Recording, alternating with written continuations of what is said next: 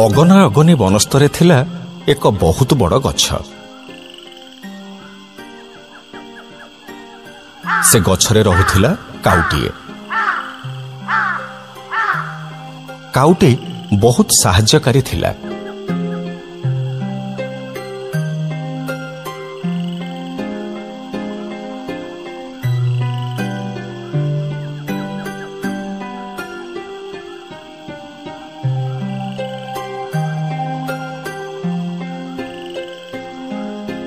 ଦିନେ ସେ ଗଛରେ ରହିବା ପାଇଁ ଦୁଇଟି ମାଙ୍କଡ଼ ଆସି ପହଞ୍ଚିଲେ। ବାଃ, ବଢିଆ ଗଛଟେ ହେଇଛି ତ। ହଁ, ଏଠି ସବୁ ସୁବିଧା ବି ଅଛି।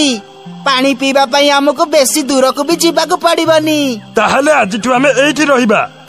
ହଁ, ଏଇଠି ରହିବା।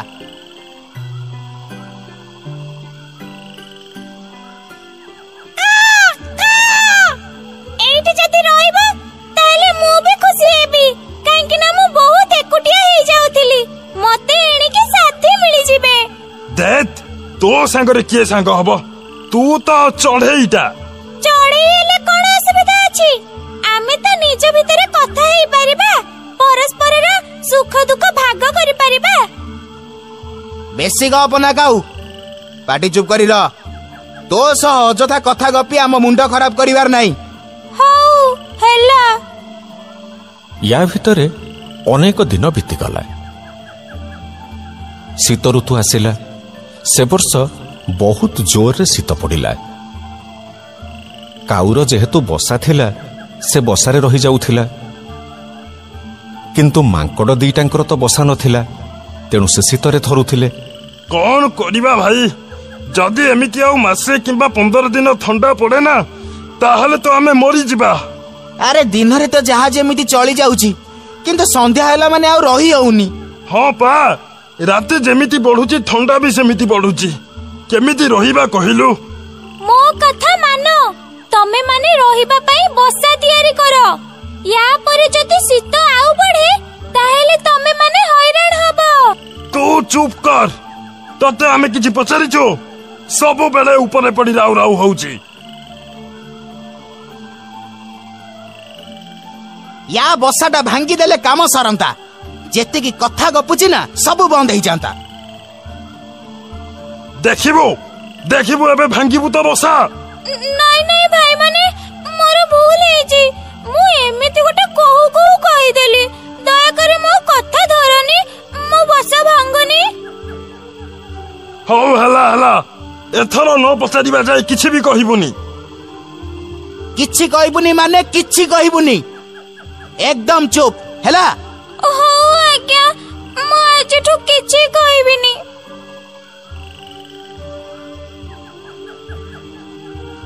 ଦିନ ଯାଇ ସନ୍ଧ୍ୟା ହେଲା।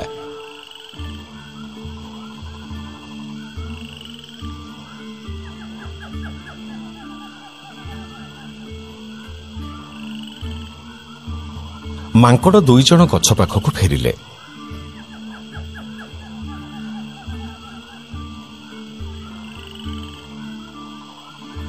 ହେଲେ ଶୀତ ସମ୍ଭାଳି ପାରିଲେନି। ଶୀତ ଦାଉରୁ ରକ୍ଷା ପାଇବା ପାଇଁ ନିଆଁ ଲଗେଇବାକୁ ଚେଷ୍ଟା କଲେ। ଆଚ୍ଛା, ଗୋଟେ କାମ କଲେ ହୁଅନ୍ତାନି?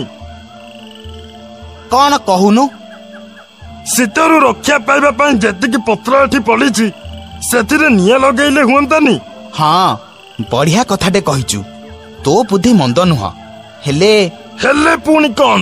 ହେଲେ ନିଆଁ କୋଉଠୁ ଆଣିବା? ହଁ, ସତରେ ତ ୟାରିଠୁ ନିଆଁ ମିଳିବ। ଚାଲ ତାକୁ ଧରିବା।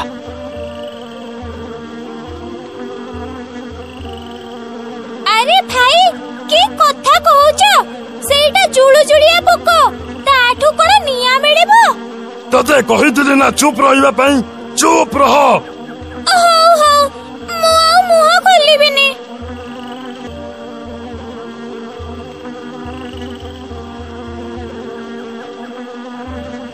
ଓହୋ, ଏ ନିଆଁକୁ ତ ଧରି ହେଲାନି।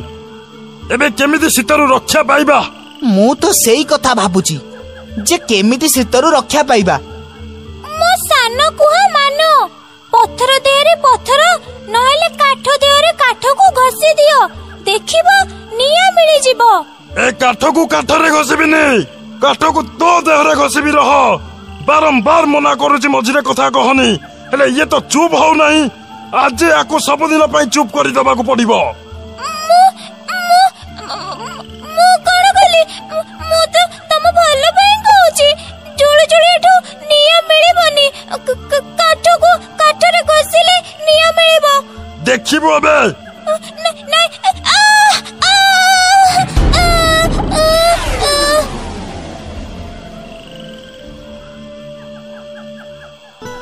तेणु कुहाଯାଏ जेपर्यंत जणे तम परामर्श न चाहिछि से पर्यंत ताकू कौनसी परामर्श दियो नाही नहेले एई भली अवस्था हेबो।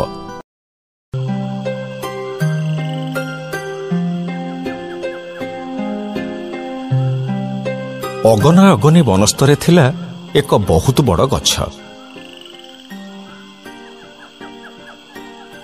से गछरे रहुथिला काउटीए। काउटी बहुत साहाय्यकारी थिला।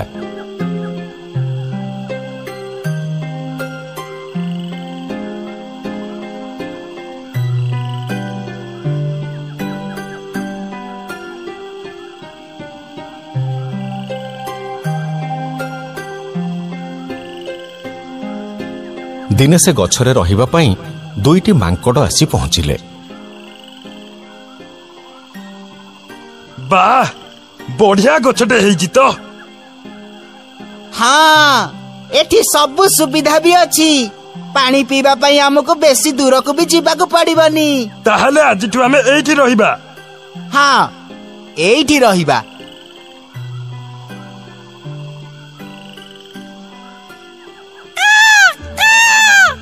एइठी जति रहइबो ताले मु भी खुशी हेबी काहेकि ना मु बहुत एकुटिया हे जाउथिली मते एणी के साथी मिली जिबे। देत तो संगरे किए संग हबो तू तो चढ़ेईटा। चढ़ेईले कोन असुविधा अछि आमे त निज भितरे कथा हेई परिबा परस्पर रा सुख दुख भाग करि परिबा। बेसी गप ना काऊ पाटी चुप करी ल तो सह अजथा कथा गपी आम मुंड खराब करिवार नाही। हौ हेला या भितरे अनेक दिन बीतीगला। शीत ऋतु आसिला। से वर्ष बहुत जोर रे शीत पड़िला। काउर जेहेतु बसा थिला से बसारे रही जाउथिला किंतु मांकड़ दीटांकर तो बसा नथिला तेणु से शीतरे थरुथिले। कौन करिबा भाई जदि एमिति आउ मासे किंबा 15 दिन ठंडा पड़े ना ताहले तो आमे मरी जिबा। अरे दिन रे तो जहाज एमिति चली जाउची किंतु संध्या हैला माने आउ रही होउनी। हाँ पा राते जेमिति बढ़ुची ठंडा भी सेमिति बढ़ुची केमिति रहिबा कहिलु।